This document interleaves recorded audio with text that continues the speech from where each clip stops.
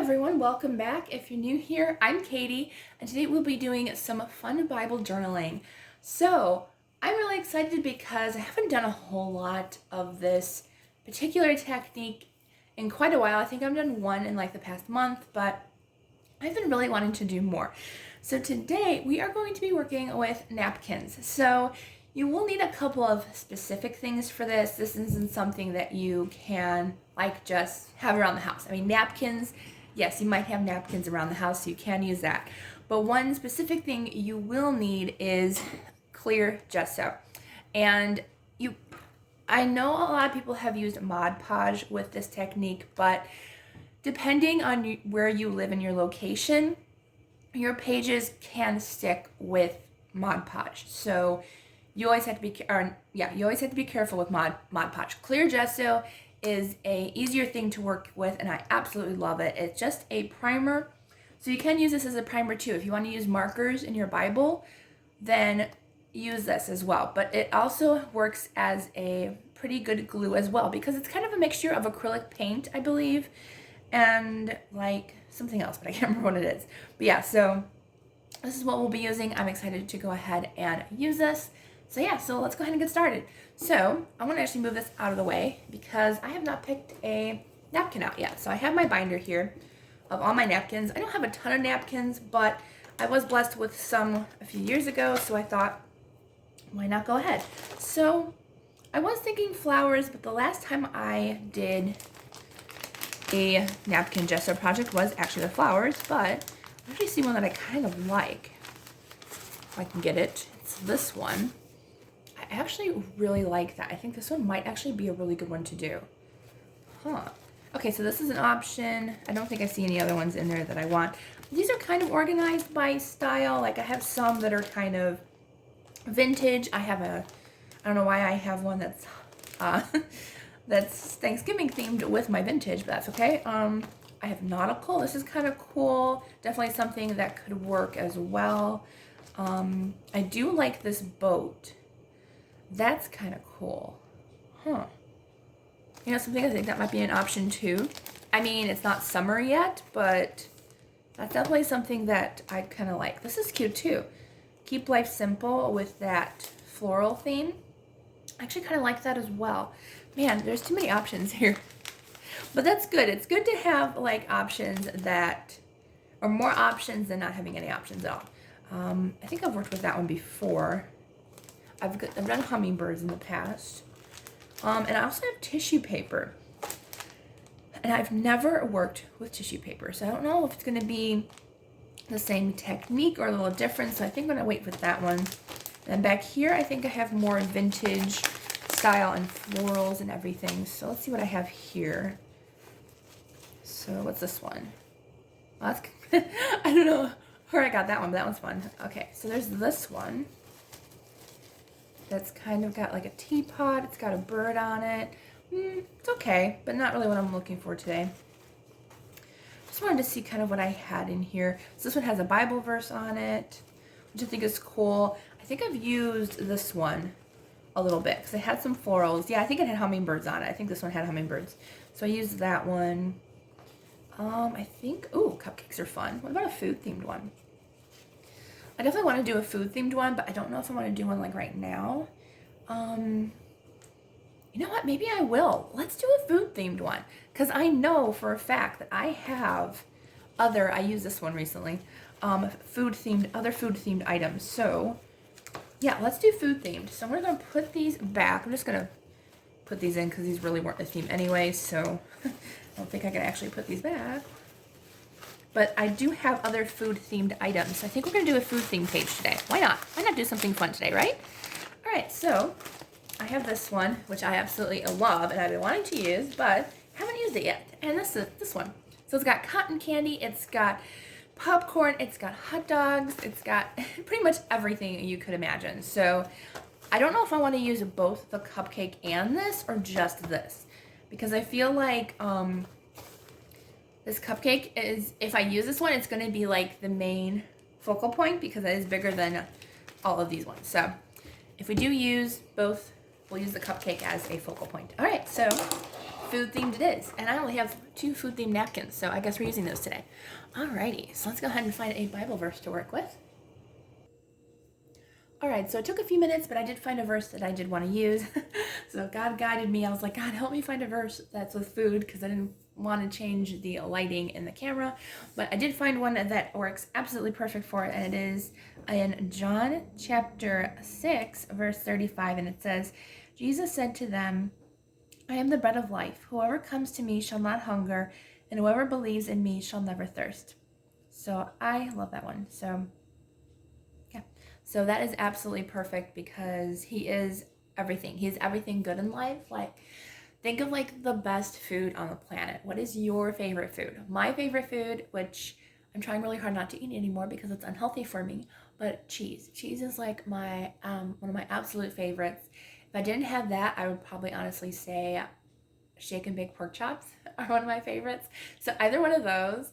So think of that, and God and Jesus is just so much more amazing than that special food. Like if we didn't have that, but he's still there. Like if they no longer made shake and bake, we don't have to worry about Jesus no longer being there, because he's always there. So if shake and bake disappeared, we know that Jesus will never disappear. So it was kind of a funny example, but yeah, that totally makes sense. Like if our favorite foods ever changed, like I know some of my favorite foods have changed in the past since I was a kid, and now they taste pretty awful, or they changed the recipe. Well, Jesus's recipe never changes. So that's what we're going with today. So I'm going with this because it actually does have some of my favorite foods. I love popcorn, specifically cheddar popcorn. I do love hot dogs, even though I haven't had hot dogs in a while. Cotton candy, maple cotton candy is amazing. Cupcakes are really good. So like, I feel like this is going to be the perfect verse for it. So I'm actually going to go ahead and do a background for this. I forgot my Bible pad, so I'll be right back. All right, so I got my Bible mat. It's just to protect my pages as I'm painting. So I have to try to lay down my Bible here because it's getting awfully thick already. I try not to do super thick things in here anymore because I know it's going to bulk up. So I mostly do painting and stuff in here from now on. So I'm going to go ahead and use some watercolors. You don't have to use watercolors. You can use acrylic paint. You can use, you don't even have to color your Bible if you don't want to. I might even not use a Bible mat. But you don't have to use what I use. You can use acrylic paint. You don't have to do a background at all. If you're wondering what this Bible is, this is an Interleaved Bible. This is one of the more expensive ones because it is leather, but I did wait for a really great sale to come up for this one. So if you're waiting patiently, they also have cheaper options for Interleaved Bible. Just look on Google for Interleaved Bibles. And honestly, these might be one of my favorites, because if you like painting and you like a lot of space for writing or creativity, definitely check out this one. Honestly, some of them are a little bit of a cheaper option compared to even like the Illustrating Bible. Even though it's an amazing Bible and the pages are thicker, I do like these because they're completely blank on both sides. So you don't have to worry about bleed through. All right, so I have my watercolors here. I'm just gonna go ahead and pick a color and try to figure out what color would look good. Especially with the colors that we have here. Let's see, there is some pink, so maybe pink would be a good background color.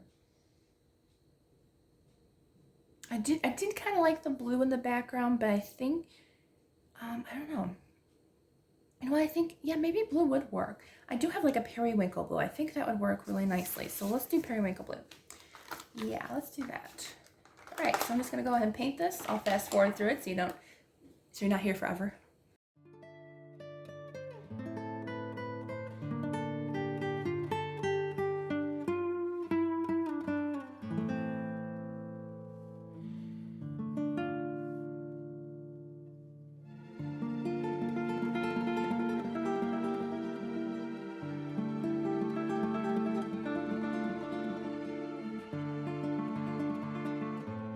Okay, so I actually already fussy cut my items off to the side, so that way I wouldn't be on here forever, because that took probably about 20 minutes just to cut them out. But it is worth it to cut them out so you don't have that background or any other extra stuff that you don't want. So I cut out my napkins, and this is a tip for everyone, because you have to do this before you do it, is you have to make sure it's only one apply. So napkins come in 1, 2, or 3 ply. I don't think they come in any more than that. They might, but what I mean is when you get your napkin, I left this one by itself because I already got rid of the other ones, but you have to make sure that you peel off your layers. So make sure all the napkins that I used, I believe, are only 2 ply, but some do get stuck together. So when you find it, it's sometimes hard to find, but just peel off that white backing so that way you just have the picture on top. So this is what it's gonna look like, I think, when it's all done. So I also have these, which I actually am going to be using. It's the Admit One little notes, because I thought this was a perfect representation, because when we accept Jesus into our hearts, we get a little Admit One when we go to heaven. So I think that's a fun representation of God's love. You know, we get that a little Admit One to get into heaven when we accept Jesus. So I'm just going to lay them kind of around. I'm not sure where I want to put the other hot dog. Maybe I'll put it over here. But like once I lay it down, I can cut off the access and stuff. So let's go ahead and lay this down. So I have my gesso here, which the top was dusty, so I had to do that. All right, so I'm going to take this, and I'm just going to use a paintbrush. You can use like those craft sponges. You can use those as well, but I'm just going to use a regular paintbrush because I can rinse it after. I'm just going to mix it gently just to make sure it's kind of all mixed in there before I use it. You don't need a thick layer of this as well, so just do like a very thin layer. So I'm going to go ahead and just lift up. I'm actually going to put a thin layer underneath, kind of where I think I'm going to place it back down, and then I'm just going to lay it down where I want it. I think I need to go a little over more.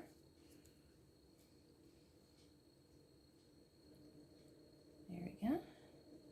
You can kind of move it a little bit before you place it down. You just want to be kind of gentle with it because you can get wrinkles, so just take your time with it.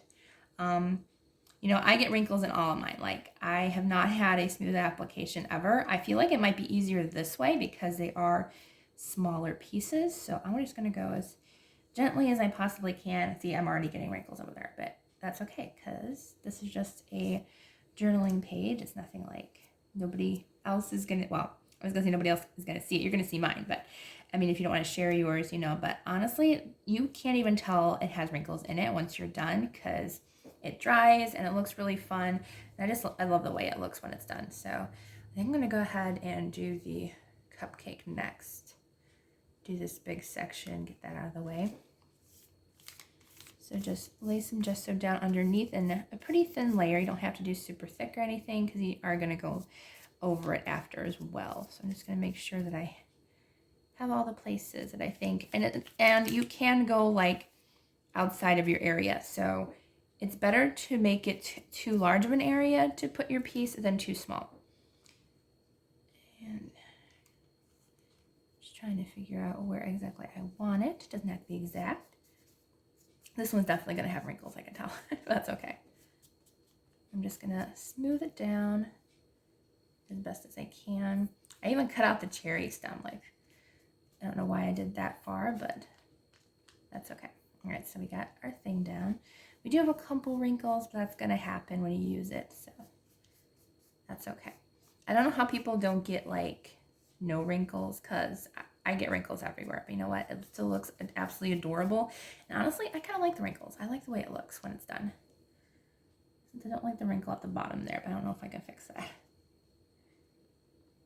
I'm going to try. That's a little better. All right, so I got that, and I would just put a layer of gesso on top.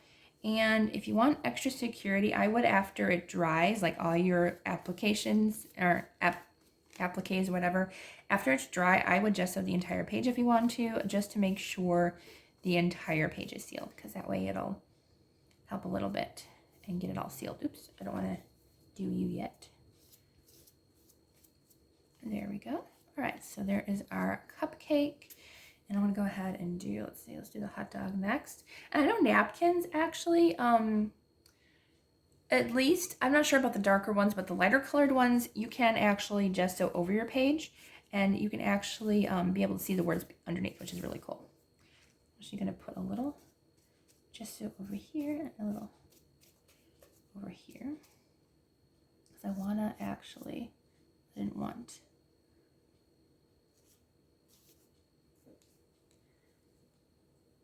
All right, so I'm just gonna, so I kind of want my hot dog to be kind of over here to start out with, and then move over to the other side. And put a little here. And hopefully it'll work out. If not, that's okay too. And you can even take small sections at a time if you want to as well. Like if you don't want to do a whole page or like do like the entire thing at once, you can just go ahead and do a little piece underneath and then lift up as you go. There we go. There's our hot dog. So he's kind of in the corner there. I kind of like him there. I'm just going to layer a little bit of gesso over it. Wasn't sure if it was going to work, but I actually kind of like it there. So, okay. So I got that. All right. And then I want a couple of the admit ones because I thought they were kind of cute. So put one here.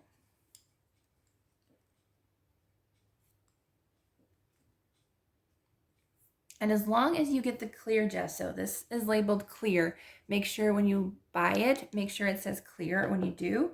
So that way you don't have to worry about it, because if you get regular gesso, it does have kind of a creamy, foggy look to it.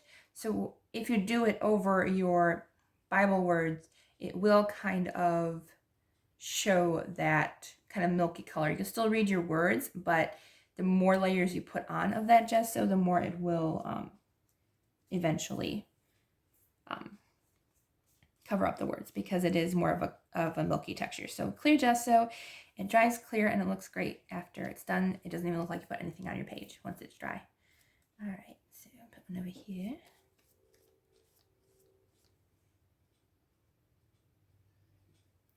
Right there we go.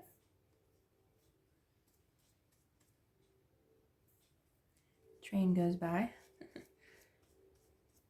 There we go. All right, and then I think I'm gonna do the rest off camera, and then I'll be back after I'm done. Okay, now I'm just gonna go ahead and cover everything in one layer of gesso on top. It is mostly dry, and then afterwards I'm gonna dry with a hairdryer, and then it will be all done. So I'm just gonna go ahead and cover all the spaces that I used a napkin, just to make sure it stays down. It might lift up, you know, in the future, but that's okay, because you can always add another layer of gesso later on if you need to. And this is just a fun and easy project. It does take a little longer, especially if you're going to fussy cut like I did, or if you just use a plain napkin and just do it, it's a lot quicker. But if you just do it this way, it does take a little bit of time, but it is worth it because you don't have to worry about drying, or if you don't have a printer, you can just go out and get some fun little napkins at the dollar store or wherever.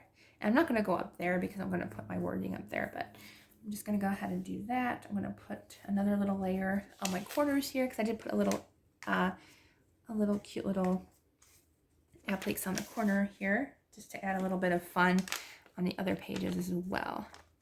All right, so we have our pages. I'm going to go ahead and dry this, and I'll be back for our lettering. All right, so I just dried the top part the most. The bottom part's still a little tacky, so I'm just going to lay it open a little bit.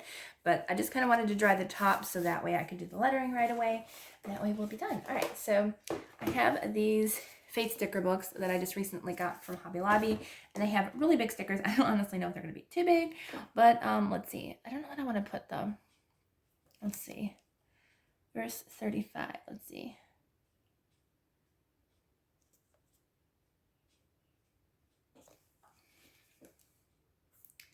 I might just do, Oh, there is little ones though, like these little guys, which I didn't notice those. Those are kind of cute. I was wondering if the cupcake was dry enough to where I could put some stuff on the bottom there. I actually kind of like these. I might use the smaller letters instead. Or actually I might do in the bigger letters. Let's see, do I have an H and an E? If I don't, I always have the other ones. I do, okay. So, let's see. I'm going to do bigger letters on the top and put E.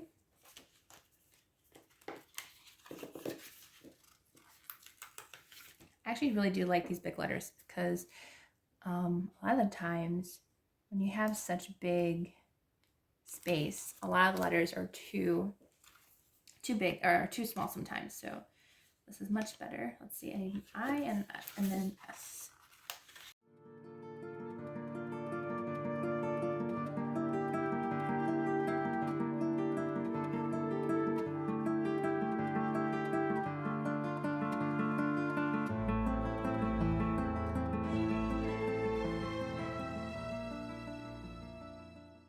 Alright, so this is our page. I did forget to put the date, so I will do that after I'm done filming. But so this is our page. I think it turned out really cute. So what I like to do is I like to just leave my Bible open so that way I know it's completely dry. I'll even leave it open for probably the rest of the day just to make sure that it's dry and everything before I close it. But yeah, so I think it turned out really, really cute. I probably do have to cut off a little bit of the hot dog down here in the corners of these. But I think it turned out really cute. It looks so much fun. And yeah, so actually, you know what? I'm not done quite yet. I actually have an idea. I actually totally forgot. I did this in my other page that I did a napkin. I outlined the letters and it stood out a lot more. So that's what we're going to do with this really quick. I'm just going to outline it. I'm using a my Tombow Fudenosuke pen, but I would probably recommend more of a micron pen, but because this was the first one that I grabbed, this is what I'm using. So, but I thought, oh yeah, I remembered. I'm like, why aren't the letters standing out so well in the background? And that's why, because it actually does help if you outline these stickers with a marker, etc., because that way you can actually see the letters. See, look how nice that already stands out. So yeah, this is much better just being able to outline these letters, and it looks a lot neater and a lot more finished, so you can actually see the wording. Because otherwise, you wouldn't be able to see the lettering. Not in the